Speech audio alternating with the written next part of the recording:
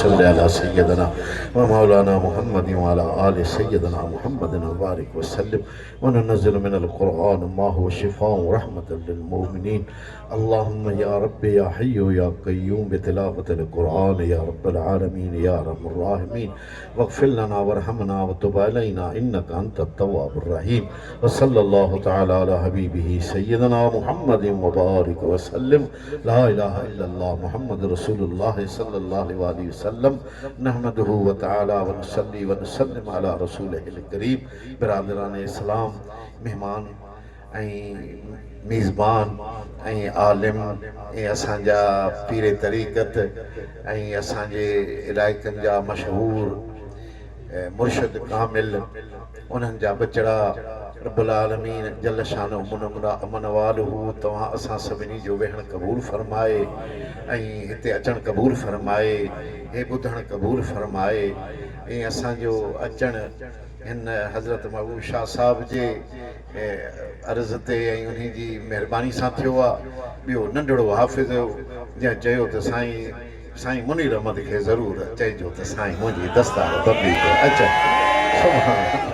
माशा अल्लाह, अल्लाह हुन बचड़े खे ख़ुशि रखे। ॿियो असांजो पहलवान हाफ़िज़ ॾिठो आहे जेको मज़बूत, माशा अल्लाह अहमद अली पहलवान समा रब्बुल आलमीन हिनखे ख़ुशि रखे। हुनजो वालिद साहब वरी इंजीनियर अंग्रेजी पढ़ण वारो पंहिंजे बचड़े खे क़ुरान जो हाफ़िज़ बणायईं। साईं इहा त वॾी ॻाल्हि थी वई। अल्लाह सभिनी अंग्रेजी खानदन खे शल इहा सोच नसीब करे, नौकिरी वारनि खे इहा सोच नसीब करे जो उहे पंहिंजे बचड़नि खे दीन जो इल्म ऐं क़ुरान शरीफ़ पढ़ाइनि। असांजे हिन महफ़िल जी रौनक ऐं असांजा सींगार दरगाह आलिया हज़रत वीहड़ शरीफ़ वारा साहबज़ादा अल्लामा मुफ्ती खलील अहमद जान दरगाह वीहड़ शरीफ़ जा दरख़्शंद सितारा नबलक चोॾहीं जा चंड जंहिंजी ख़ुशबू तव्हां वास वठी रहिया आहियो। भलनि जा भाण ख़ाली न थींदा आहिनि, सदाईं भरियल रहंदा आहिनि, रहमतूं पयूं वसंदियूं आहिनि। शुक्र अल्हम्दुलिल्लाह, अल्लाह पाक इन्हनि जूं सूरतूं नसीब फरमायूं, बुज़ुर्गनि जा दीदार नसीब कया, शरीर में वेहण नसीब कयो। अॼोकी रात त असांजी खरी थी वई, चोॾहीं जे चंड वांगुरु रोशन थी वई। अॻिते बि छल अल्लाह इन्हनि सालिहनि जी सोहबत नसीब फरमाईंदो, इन्हनि जी ज़ियारत नसीब फरमाईंदो। मुंहिंजा सुहिणा चङनि जो सुहिणनि जो मोह ॾिसबो त दिलि रोशन थी पवंदी। तॾहिं त सिंधी में चवंदा आहिनि छल चंड्रे जे मोह न पवो। चंड्रा उहे आहिनि जेके दीन खां परे आहिनि, जेके शराबी आहिनि, जेके कबाबी आहिनि, जेके ज़ानी आहिनि, जेके परे पियल आहिनि। ख़ुदा उन्हनि खे बि हिदायत ॾींदो। ॾाढी सुहिणी ॻाल्हि ॿुधायूं त बाबा इंसानु सभु को भलो आहे, महबूब जो उम्मती आहे, को न को हुन में गुण अहिड़ो हूंदो जंहिंजे करे अल्लाह उन खे बख़्शे छॾींदो। मालिक इहे साईं जूं भलायूं न त असांजा टपड़ उते आहिनि जिते पियल हुयासीं। ये साईं करीमनि जा भलायूं महिरबानियूं जो मालिक साईं सां मदीने वारे साईं जो साईं मुंहिंजी उम्मत सां हिसाब न फरमाए। रब फरमाए उम्मतुन मुज़निबतुन व रब्बुन गफ़ूर। मुंहिंजा महबूब तोखे उम्मत पोई करे ॾिनी अथमि, हूंदा गुनहगार खणी कहिड़ा साले त सदाईं सालिहनि चोॾहीं जे चंड वांगुरु चिमकनि था, पर असां जहिड़ा बि आहिनि गुनहगार रेबदार बदकार। मुंहिंजा महबूब तुंहिंजे करे छॾींदो मान तोॾे मोह कनि, दुआ कयो त शल मदीने शरीफ़ मोह हुजे। अल्लाह पाक जल शानो तव्हांजो वेहण क़बूल फरमाए। तकीर मुबारक अहिड़ी सुहिणी इल्मी फैज़ वारी, रूहानियत वारी, बरकत वारी, नबी साईं जे तारीफ़ वारी फरमाइजो। आशिक़नि जूं दिलियूं ठरी पयूं। सुभान अल्लाह, सुभान अल्लाह। अहिड़नि जी महफ़िल में त अचणु खपिजे न सोणा। जेके आया जन खे अल्लाह नसीब कयो, तौफ़ीक़ ॾिनई। जेके न आया ज़रूरु उन्हनि ते बि रहमत जूं बूंदूं पवंदियूं। अल्लाह कंदो उन्हनि जा नसुल सुधरंदा, उहे बि मालिक जी मोहबत में ईंदा। कंहिंखे पिटूं छो, उहो बि दुआ कयूं वञो, महबूबनि जी तारीफ़ वांगुरु दुआ कयूं था वञो। मुंहिंजा साईं अल्लाह कंदो त इन्हनि वॾेरनि जा इन्हनि जा बि अंग्रेजी खानदन जा बि बचड़ा अची जे मुला न थींदा त क़ुरान जा हाफ़िज़ त अची थियनि। ख़ुदा मुला न करे। रब्बुल आलमीन तव्हांखे ख़ुशि रखे, इल्म जी दस्तार, हाफ़िज़नि जी दस्तार खुश नसीब आहियूं जो असांजी मजलिस में मौजूद आहियूं। सुभाणे ॿी मजलिस बि थियणी आहे क़यामत जे ॾींहुं। ये साईं ॿुधायो त तिलावत कंदो वञ, हाफ़िज़ चढ़ंदो वञ, तरक़ी कंदो वञ, मथे चढ़ंदो वञ। तुंहिंजी मंज़िल उते आहे जिथे तुंहिंजो आख़िरी आयत ज़बान ते हूंदई। विच में भुलिजी पियो त बाबा हिते छुटो, विच में यार मूंखे लुकुम बि कंहिंखे उते ॼणो न आहे मलाइके सां घुरे खे सही। त करे हाफ़िज़नि खे अर्ज़ु आहे बाबा क़ुरान हितो में पको कोयूं हलो, उते उस्ताद लुकुमा कोन ॾींदव, पढ़ंदो वञ तूं चढ़ंदो वञ। बाक़ी हाणे साईं मदीने वारो भलाई करे त हीअं टेक ॾेई त मथे वञी मथी पंसी वञे त उहा ॿी ॻाल्हि आहे। बाक़ी ज़रूरु हिते महिनत करे पढ़। हिकु दफ़ो जीअं हाणे सवेर अॻे फेसबुक ते पिया अचे, हाफ़िज़ आहे शायदि तुर्किया जो हाफ़िज़ आहे।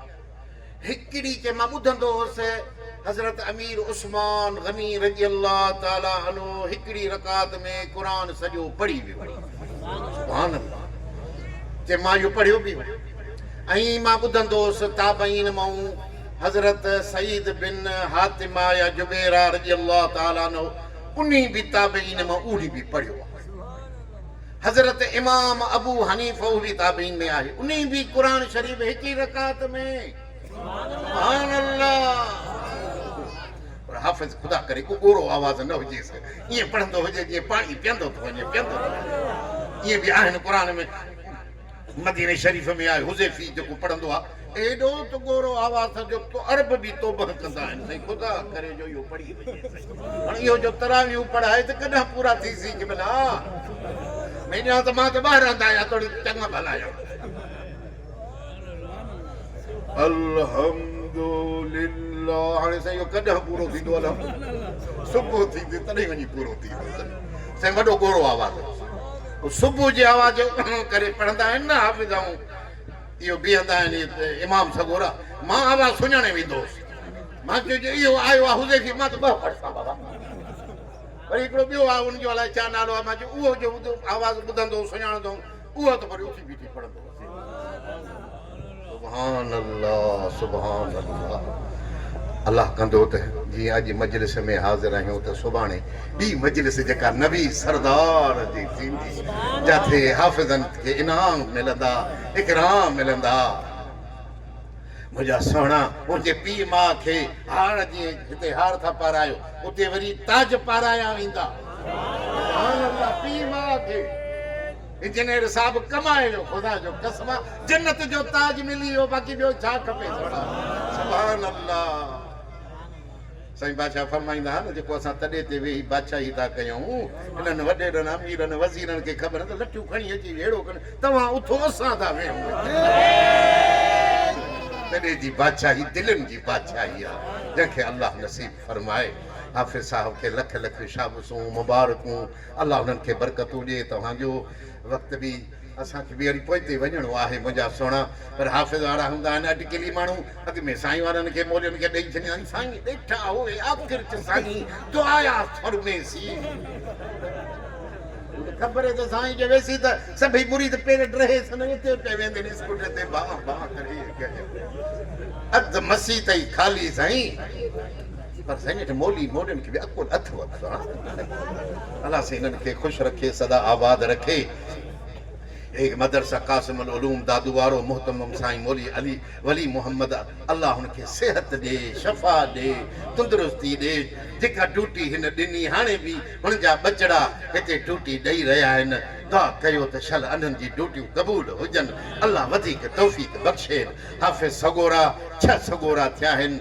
मुदर्रिस हिते हाफ़िज़ सरफराज़ अहमद कासमिया, पेशमा मौली एजाज़ अहमद कासमी आहिनि।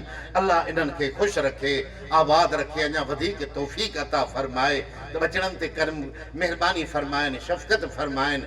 दुआए सेहत जे लाइ लिखी ॾिनो अथऊं हाजी वाहिद बश पंवर जे लाइ, मौलवी वली मोहम्मद जेको आहे उन जे लाइ, हाफ़िज़ ग़ुलाम मुस्तफ़ा जे लाइ, ऐं ॿियो ईसाल सवाब जमायत खे ख़बर आहे त असांजा 2 दरख़्शंद सितारा मुकर्रर ऐं आलिम दीन हज़रत हाफ़िज़ अली अकबर शेख साहब रहमतुल्लाह ताला अलैह विछड़ो करे पंहिंजे मालिक सां वञी मिलियो ऐं मालिकनि जी पेरां दी हुनखे नसीब थी मुशरिक़ जी पेरां दी नसीब थी अल्लाह साईं उन्ही खे हुनजा दर्जात बुलंद फरमाए रहमत ऐं मग़फ़िरत फरमाए यार वॾो मुक़रर हो इन्ही खे बि असां सदियूं यादि रखंदासीं छा त ॻाल्हाइण जो अंदाज़ हो छा त हुनजो ॻाल्हाइण जो तरीक़ो हो छा त हुनजो बेत पढ़ण जो तरीक़ो हो छा त हुननि जो क़ुरान शरीफ़ पढ़ण जो तरीक़ो हुयो हुयो त हाफ़िज़ क़ुरान मगर निगाह अहिड़ी थी वई जो मौलियुनि खे मारियूं पियो वञे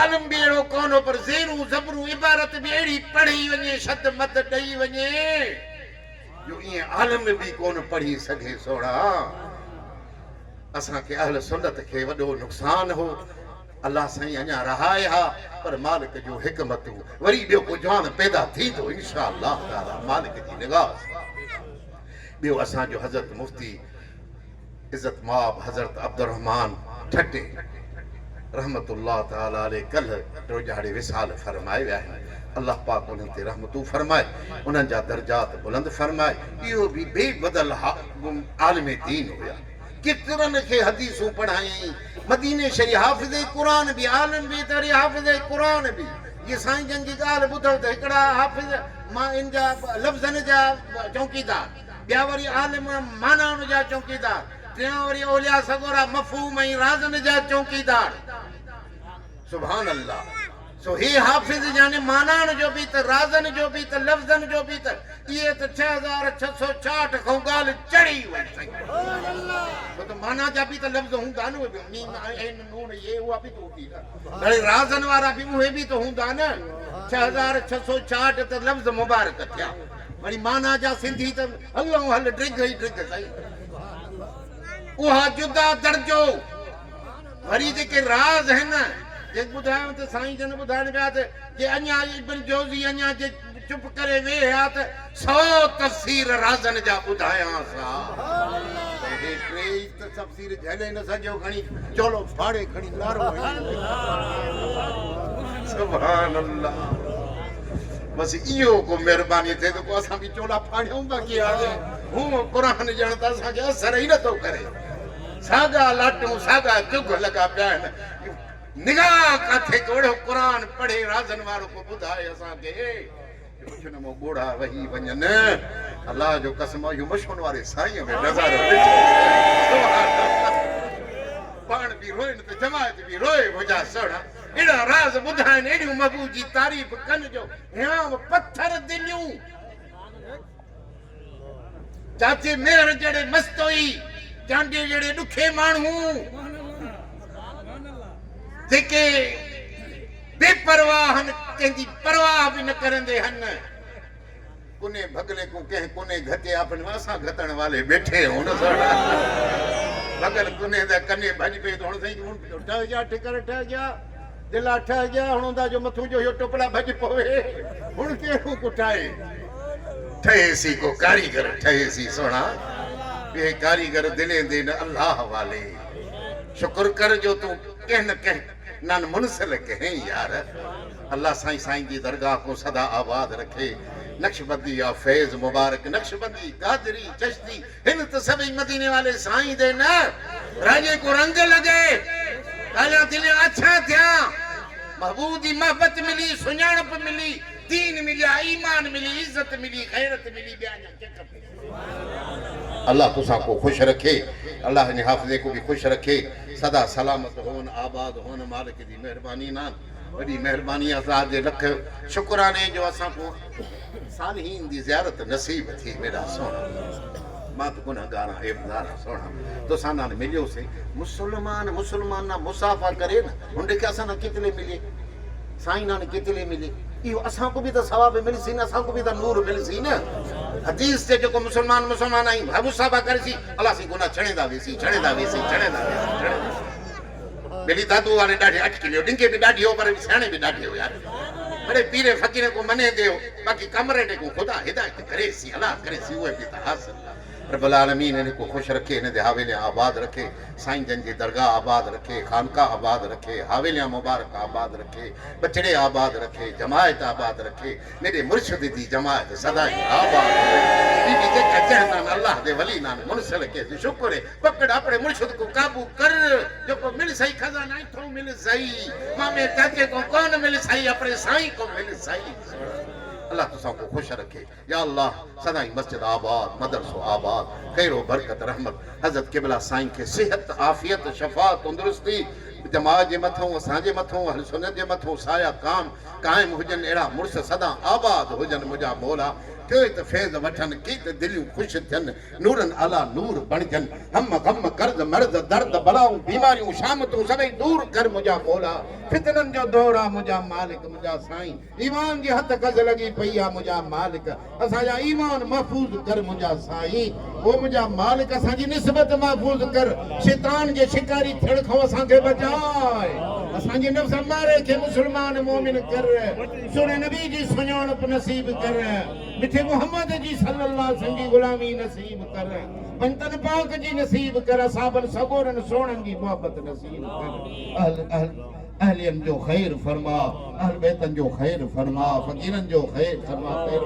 फरमा हाफिजन जो खैर फरमा मसे शई के खिदमतगारन जो खैर फरमा मसे शई के इंतरन जो खैर फरमा नमाजन जो खैर फरमा जेके नहीं दान उन्हनि के भी तौफीक अता फरमाए जन जलसे में ताउन किया मुझा मौला उन्हनि जो दामे दर में सुख ने उहो भी खैर कबूल फरमाए उन्हनि के भी बरकतूं रहमतूं अता फरमा मुझा साईं कंहिंजो मोहताज न कर पंहिंजी ज़ात जो मोहताज कर बिस्मिल्लाह रहमान रब्बना अतमिम लना नूरना वग़फिर लना इन्नका अला कुल्लि शैइन क़दीर अल्लाहुम्मा अग़फिर उम्मत सय्यदना मुहम्मद मुस्तफ़ा सल्लल्लाहु اللهم ارحم أمة سيدنا محمد المصطفى اللهم اهد أمة سيدنا محمد المصطفى صلى الله عليه وسلم بسم الله الرحمن الرحيم إن الله وملائكته يصلون على النبي يا أيها الذين آمنوا صلوا عليه وسلموا تسليما وصلى الله تعالى على خير خلق نور عرشه سيدنا محمد وآله وصحبه لا إله إلا الله